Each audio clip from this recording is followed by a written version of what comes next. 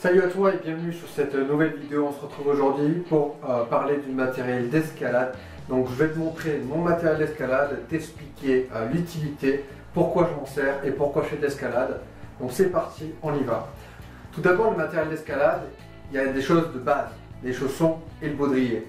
Donc en chaussons, au mieux pas. Pour commencer, quand on commence de l'escalade, des chaussons petits, de première base, de première qualité, de premier prix. Vont être évidemment nécessaires. Donc pas besoin de s'acheter des chaussons d'escalade qui vaut une fortune, surtout si vous commencez à peine et qu'au final vous n'en faites plus parce que vous trouvez que c'est pas trop cool. Voilà, donc des chaussons d'escalade, c'est la base. En premier prix pour commencer, ça va très bien. Évidemment, si vous en faites plus, achetez et mettre le prix et de la gamme de haut niveau.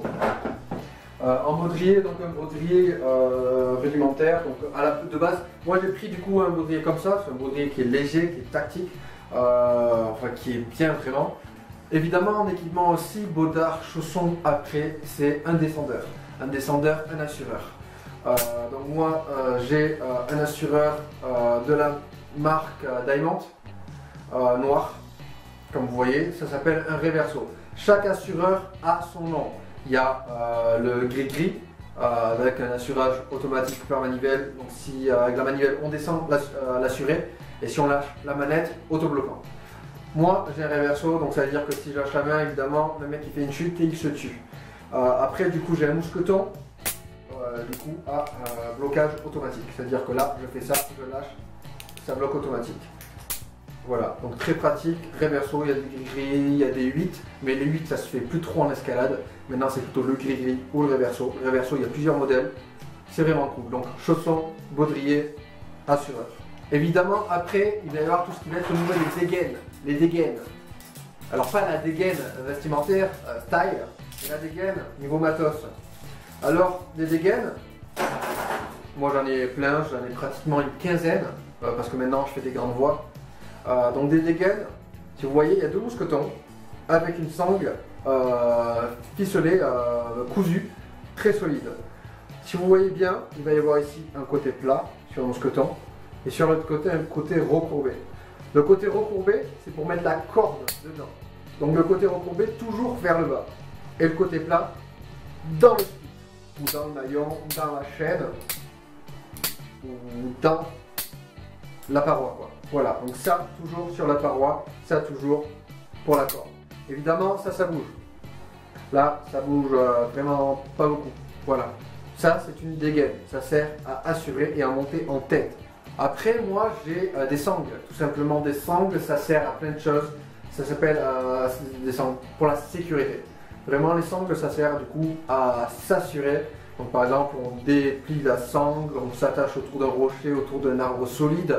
On met un mousqueton, on met la longe, paf, on s'attache. Quand il n'y a pas de split, on peut se servir d'une sangle à faire le tour d'un rocher, d'un arbre, d'une paroi pour s'assurer. Donc j'en ai une petite et j'en ai une grande. Donc les sangles aussi, si vous voulez faire de l'escalade, ça peut être important. Après moi, évidemment, j'ai une cordelette, un autobloquant. Ça c'est évidemment quand je descends en rappel, parce que moi je descends en rappel du coup depuis plusieurs mois. Je faisais du coup monter en moule, ça veut dire monter normalement avec quelqu'un qui est en bas qui t'assure. Monter en tête, ça veut dire que tu montes, mais il y a quand même quelqu'un en bas qui t'assure et c'est toi qui mets la corde dans la paroi, en gros c'est toi qui ouvre la voie. Et descendre en rappel, évidemment, c'est toi qui gères ton rappel, ça veut dire qu'il n'y a plus personne en bas qui t'assure, ni en haut, et c'est toi qui descends ton rappel, tu te fies à toi-même, donc tu as une main en haut et tu as une main en bas. Donc comme vous voyez les commandos qui descendent en rappel le long d'un bâtiment, d'une falaise et tout ça. Un nœud autobloquant, c'est très important d'avoir une ficelle. Vous allez le fixer alors, soit en dessous, soit au-dessus de votre rappel, de votre assureur. Et il y en a qui préfèrent le mettre en haut, d'autres en bas, ça dépend de votre pratique. Et après vous descendez un rappel. Évidemment, si vous lâchez les deux mains, normalement techniquement, ça bloque. Ça bloque et vous ne tombez pas.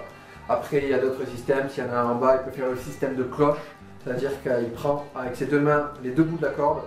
Et si vous lâchez, il tire sur les deux cordes. Et la pression va vous faire stopper. Voilà. Mais ça, c'est important.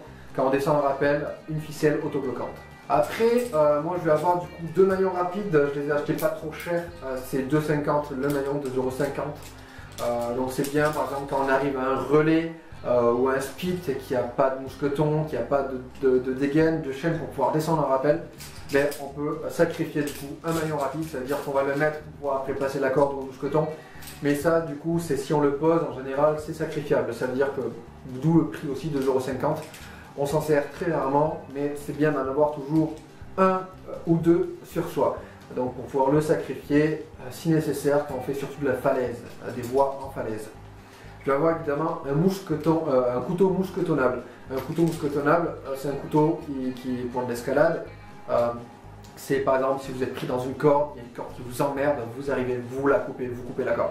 Ou évidemment par exemple si vous êtes plusieurs à faire de l'escalade, qu'il y a évidemment un pote qui vient de lâcher, qui risque d'entraîner, qui est dans le vide, qui risque d'entraîner tout le monde, les 10 autres personnes, vous prenez votre couteau, évidemment, il vaut mieux sacrifier votre pote qui est en bas, qui risque de vous faire tomber tous, donc au final, il vaut mieux lui l'envoyer à la mort, plutôt que vous, tous.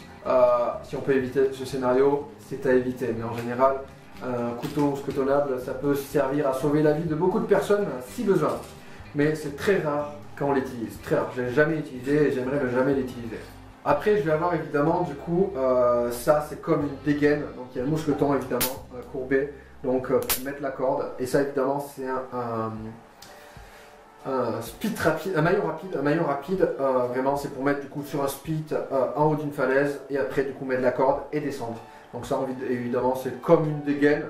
Voilà, c'est quand vous voyez les murs d'escalade, souvent ils sont équipés par ça. Et ça en fait il ne les bouge pas, il les laisse. Ça veut dire que vous avez du coup des dégaines comme ça, qu'elles sont soit au club, soit personnelles. Et au club, sur le mur, il y a souvent des dégaines comme ça qui restent sur le mur à longueur d'année. Voilà, qui sont changées évidemment pour l'entretien, mais elles restent souvent sur le mur. Après évidemment, comme moi je m'investis dans l'escalade, au niveau du temps, au niveau de l'énergie, au niveau des financements, du matériel, je me suis pris du coup un kit Via Ferrata.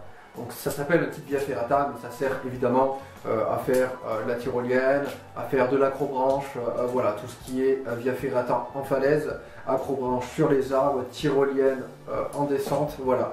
Donc ça vous allez le fixer sur votre arceau de votre baudrier, et ça vous allez du coup les mettre sur le câble métallique.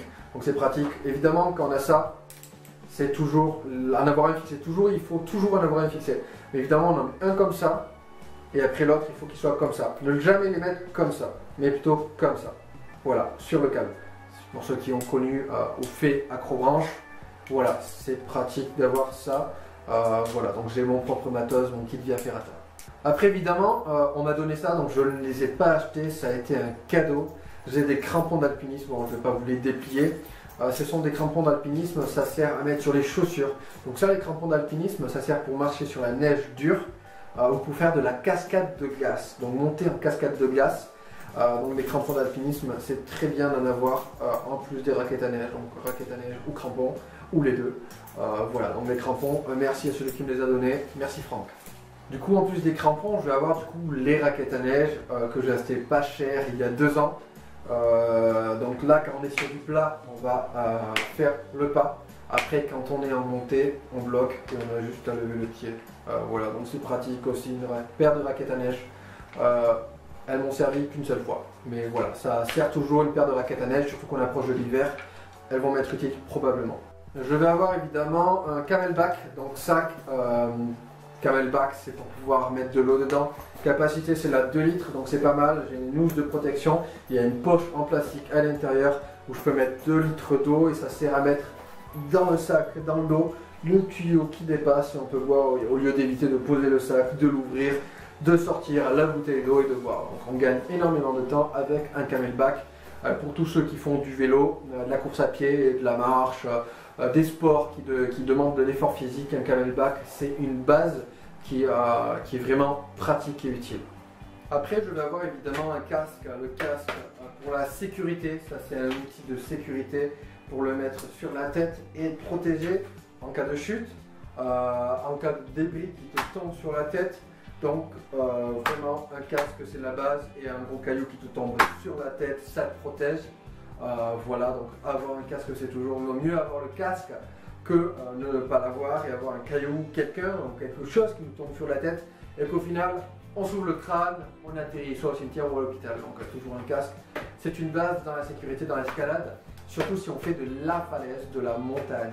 Le mur encore ça va, mais la falaise, la montagne, toujours avoir un casque. Je vais te laisser sur cette vidéo du coup, si tu as des rêves, si tu as des projets, n'hésite pas à te battre pour les réaliser. Moi je te remercie personnellement pour ton soutien que tu m'apportes, pour ta confiance que tu me donnes. Et je t'invite à t'abonner à ma chaîne YouTube si tu ne l'es pas encore. Je te dis à bientôt sur de nouvelles aventures, de nouvelles vidéos et réalise ce qui te tient à cœur car on n'a qu'une vie. Il vaut mieux avoir des échecs dans la vie que des regrets. A bientôt et portez-vous bien. Ciao, ciao.